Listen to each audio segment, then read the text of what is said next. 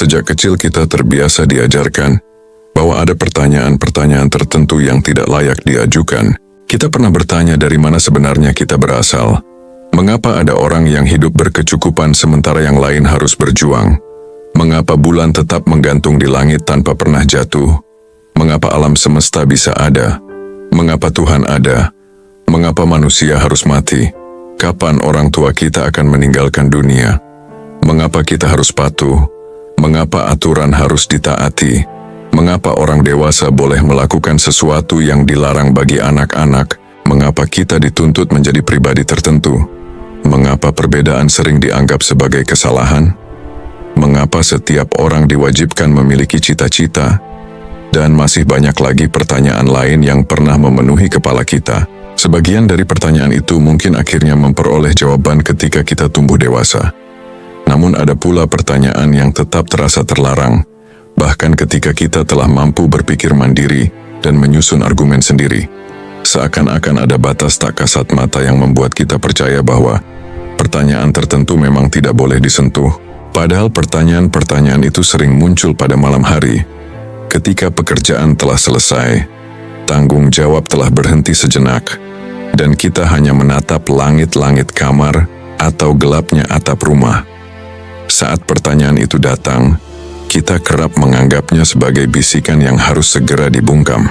Kita menolak memikirkannya lebih jauh karena jauh di dalam diri kita sudah tertanam keyakinan bahwa mempertanyakannya adalah sesuatu yang salah. Entah dari mana keyakinan itu berasal, kita hanya tahu bahwa pertanyaan-pertanyaan tersebut terasa begitu terlarang. Dalam pembahasan ini kita akan mencoba menghadapi 10 di antaranya. Perlu diingat bahwa pembahasan berikut menyentuh tema-tema yang bagi sebagian orang dapat terasa mengganggu, tidak nyaman, bahkan cukup sensitif. Tujuan konten ini bukan untuk memaksakan kesimpulan, melainkan membuka ruang bagi refleksi dan perenungan. Jika Anda merasa topik seperti ini tidak sesuai atau berpotensi mengganggu kondisi emosional, sebaiknya tidak melanjutkan menonton. Namun jika Anda memilih untuk tetap mengikuti sampai akhir, cobalah menjawab setiap pertanyaan dengan jujur kepada diri sendiri, lalu bagikan pandangan Anda di kolom komentar. Pertanyaan pertama, jika kehidupan dipenuhi penderitaan yang tampaknya tidak memiliki tujuan pasti, mengapa kita tetap bertahan dan tidak mengakhirinya? Ada sebuah metafora yang cukup dikenal untuk menggambarkan persoalan ini. Bayangkan kehidupan sebagai sebuah rumah yang sedang terbakar. Kita seolah hanya memiliki 2 pilihan, tetap tinggal di dalamnya hingga hangus bersama api, atau melompat keluar jendela dengan harapan masih ada kemungkinan untuk selamat, meskipun risikonya tetap besar. Pertanyaan seperti ini terasa begitu ekstrim, sehingga banyak orang memilih menghindarinya. Dalam kehidupan sehari-hari kita hampir tidak pernah berhenti untuk benar-benar memandang hidup dari sudut pandang tersebut. Kita bangun setiap pagi, bekerja, berbicara, membuat rencana, dan menjalani rutinitas seolah-olah semuanya memiliki dasar yang jelas. Kita menganggap hidup memang sewajarnya dijalani tanpa perlu mempertanyakan alasan terdalamnya. Namun ketika kita berhenti sejenak dan berani melihat lebih dalam, kemungkinan lain mulai muncul. Mungkin saja kehidupan tidak sedang bergerak menuju tujuan yang benar-benar pasti. Bisa jadi penderitaan bukan sekadar gangguan sementara yang suatu hari akan lenyap sepenuhnya. Kadang rasa sakit memang mereda, tetapi ia selalu kembali dalam bentuk yang berbeda. Keinginan yang tidak terpenuhi, kehilangan orang yang dicintai, kecemasan, kebosanan, tekanan hidup, dan berbagai bentuk penderitaan lain terus muncul silih berganti sepanjang hidup manusia. Dalam pandangan seperti ini, penderitaan bukanlah penyimpangan dari kehidupan, melainkan salah satu bagian yang selalu menyertainya. Gagasan tersebut pernah dirumuskan secara sistematis oleh Arthur Schopenhauer. Menurutnya, kehidupan digerakkan oleh kehendak, yaitu dorongan yang membuat manusia terus menginginkan sesuatu. Masalahnya, keinginan itu tidak pernah benar-benar selesai. Ketika keinginan gagal tercapai, kita merasa menderita. Ketika berhasil tercapai, kita justru diliputi kebosanan dan kekosongan sebelum akhirnya kembali menginginkan hal lain. Kehidupan, menurut Schopenhauer, tidak pernah mencapai titik di mana manusia merasa benar-benar cukup. Hidup terus berayun seperti pendulum yang bergerak tanpa henti di antara penderitaan dan kebosanan. Dari sudut pandang ini, penderitaan bukanlah kesalahan dalam hidup, melainkan bagian dari struktur kehidupan itu sendiri. Jika memang demikian, dan tidak ada tujuan akhir yang mampu membenarkan seluruh penderitaan tersebut, pertanyaannya menjadi semakin sulit dihindari. Untuk apa semua ini dijalani? Jika pada akhirnya setiap pengalaman selalu membawa kita kembali kepada rasa sakit dalam berbagai bentuknya, mengapa kita harus terus menjalaninya? Padahal sejak awal kita tidak pernah memilih untuk dilahirkan. Albert Camus melihat persoalan ini melalui pengalaman manusia ketika berhadapan dengan dunia. Menurutnya, manusia selalu ingin memahami kenyataan, mencari makna, menemukan alasan mengapa ia hidup, dan mengetahui tujuan dari semua yang terjadi. Namun dunia tidak memberikan jawaban apapun. Dunia tetap diam seolah sejak awal memang tidak memiliki makna yang melekat pada dirinya. Ketegangan antara keinginan manusia untuk memahami dan diamnya dunia itulah yang oleh Camus disebut sebagai absurditas. Yang membuat persoalan ini semakin menarik adalah kenyataan bahwa meskipun dunia tetap diam, kita terus hidup. Kita tetap bangun setiap pagi, menyiram tanaman, mengelus hewan peliharaan, menyusun rencana 5 tahun ke depan, dan berharap bahwa masa depan akan menjadi lebih baik. Padahal jika pertanyaan tadi benar-benar diikuti hingga ujungnya, alasan untuk melakukan semua itu tidak pernah sepenuhnya jelas. Tidak ada jaminan bahwa seluruh penderitaan akan dibayar dengan makna yang pasti. Tidak ada kepastian bahwa semua usaha yang kita lakukan sedang menuju sesuatu yang benar-benar bernilai. Lalu mengapa kita tetap bertahan? Apakah karena kita memang memiliki alasan yang kuat? Atau justru karena kita tidak pernah benar-benar menyelesaikan pertanyaan ini di dalam diri sendiri? Apakah kita masih bertahan karena masih ada sesuatu yang kita anggap berharga meskipun sulit dijelaskan? Atau karena ada dorongan yang bekerja jauh lebih dalam daripada sekadar pikiran sadar kita? Sesuatu yang membuat manusia terus hidup bahkan ketika ia sendiri tidak lagi yakin mengapa harus melanjutkannya. Dan jika kita benar-benar jujur kepada diri sendiri, apakah kita sungguh ingin menemukan jawaban dari pertanyaan tersebut?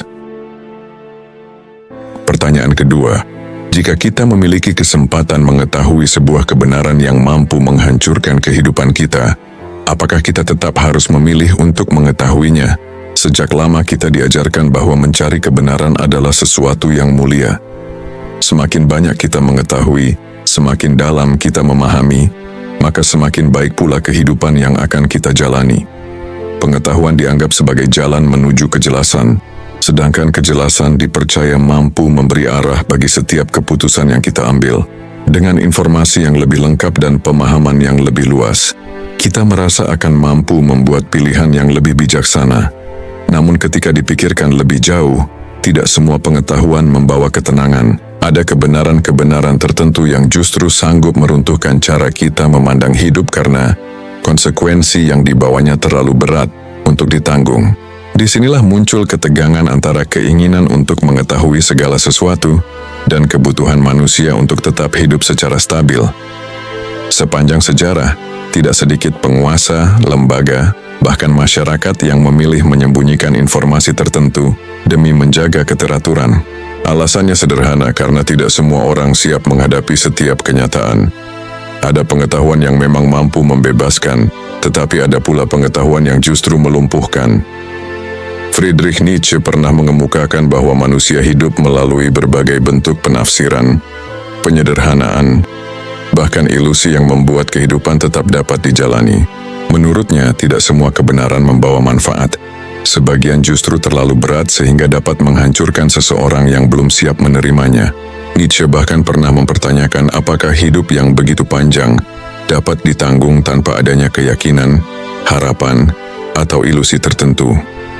Ia melihat bahwa manusia sering kali membutuhkan gambaran-gambaran yang memberi kekuatan untuk tetap melangkah. Tanpa itu semua hidup bisa terasa begitu kosong dan kehilangan daya tariknya.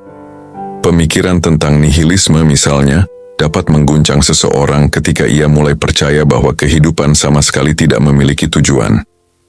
Gagasan mengenai determinisme juga dapat mengikis rasa tanggung jawab apabila seseorang meyakini bahwa seluruh keputusan hidupnya sejak awal telah ditentukan oleh faktor biologis, lingkungan, atau rangkaian sebab akibat yang berada di luar kendalinya. Bahkan kesadaran akan keterbatasan kemampuan berpikir manusia mampu melahirkan skeptisisme yang membuat setiap keyakinan terasa rapuh. Pengetahuan tentang kematian juga tidak selalu membawa kebijaksanaan. Bagi sebagian orang, kesadaran bahwa suatu hari semua akan berakhir justru melahirkan rasa putus asa. Mengetahui bahwa setiap hubungan akan berpisah, setiap pencapaian akan terlupakan, dan setiap kehidupan pada akhirnya akan berakhir dapat membuat seseorang mempertanyakan alasan untuk terus berjuang. Pertanyaan ketiga, jika seluruh nilai hanyalah hasil konstruksi manusia, atas dasar apa kita masih berani menyebut sesuatu sebagai baik atau jahat? Ketika kita bertanya kepada banyak orang tentang asal-usul sebuah kebenaran, jawaban yang sering muncul adalah bahwa kebenaran merupakan hasil kesepakatan sosial.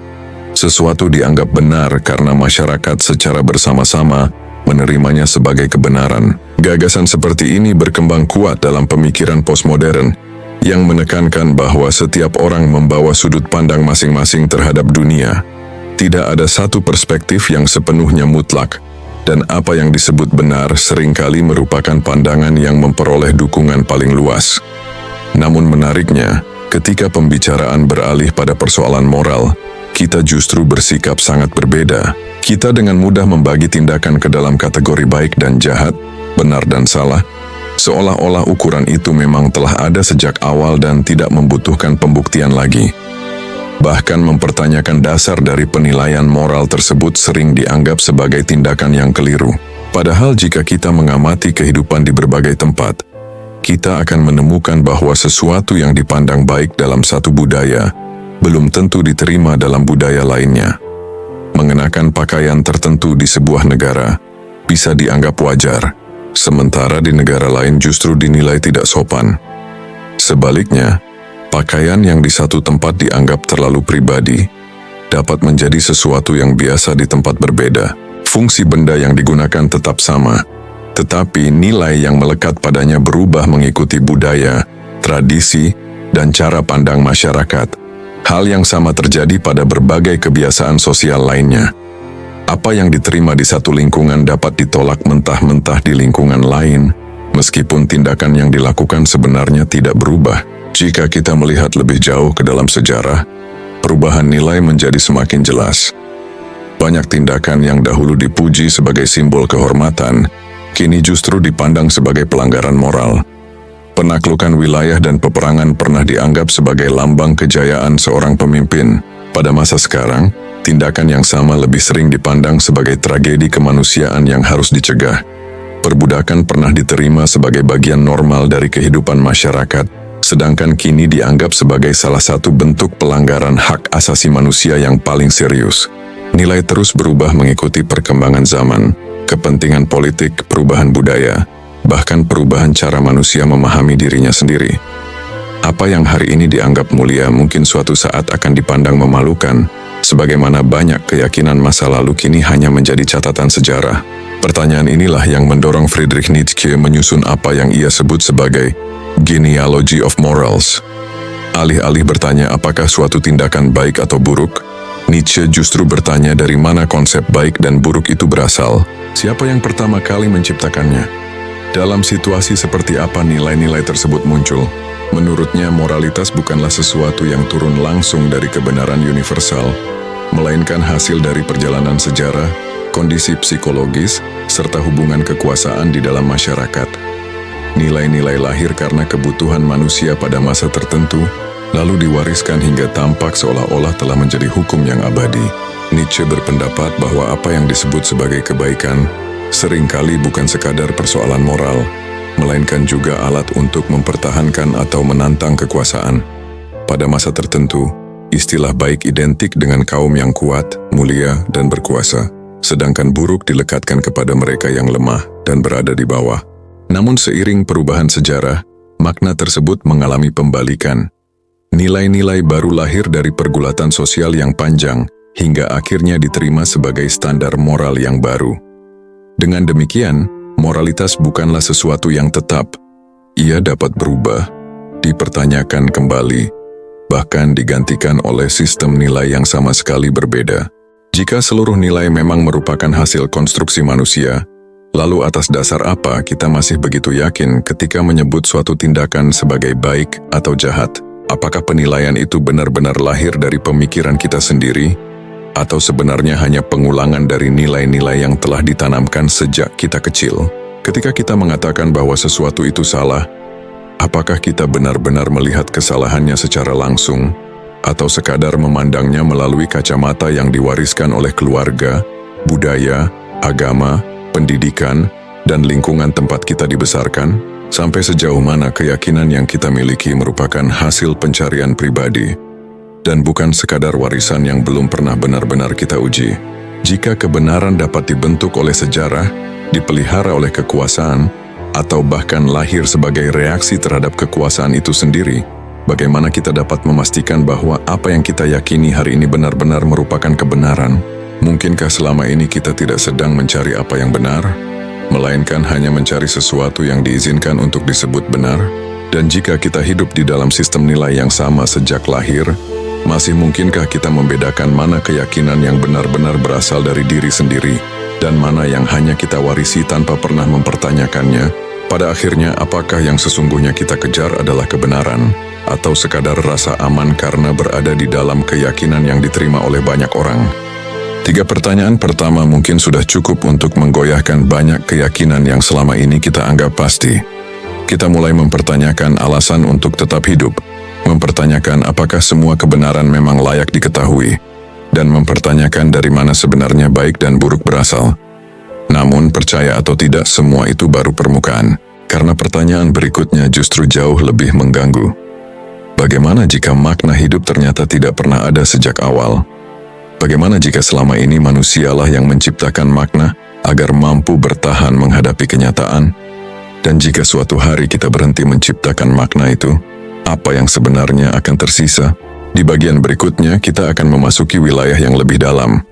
Kita akan membahas mengapa manusia begitu membutuhkan makna, mengapa banyak orang merasa hampa meskipun telah memiliki hampir segalanya, dan mengapa para filsuf menyebut kondisi itu sebagai salah satu krisis terbesar dalam kehidupan manusia. Jadi jangan lewatkan bagian selanjutnya. Subscribe channel ini dan aktifkan notifikasinya. Karena setelah ini, pertanyaan-pertanyaannya tidak lagi hanya mengguncang cara berpikirmu, tetapi juga mungkin akan mengubah cara kamu memandang dirimu sendiri. Sampai jumpa di bagian berikutnya.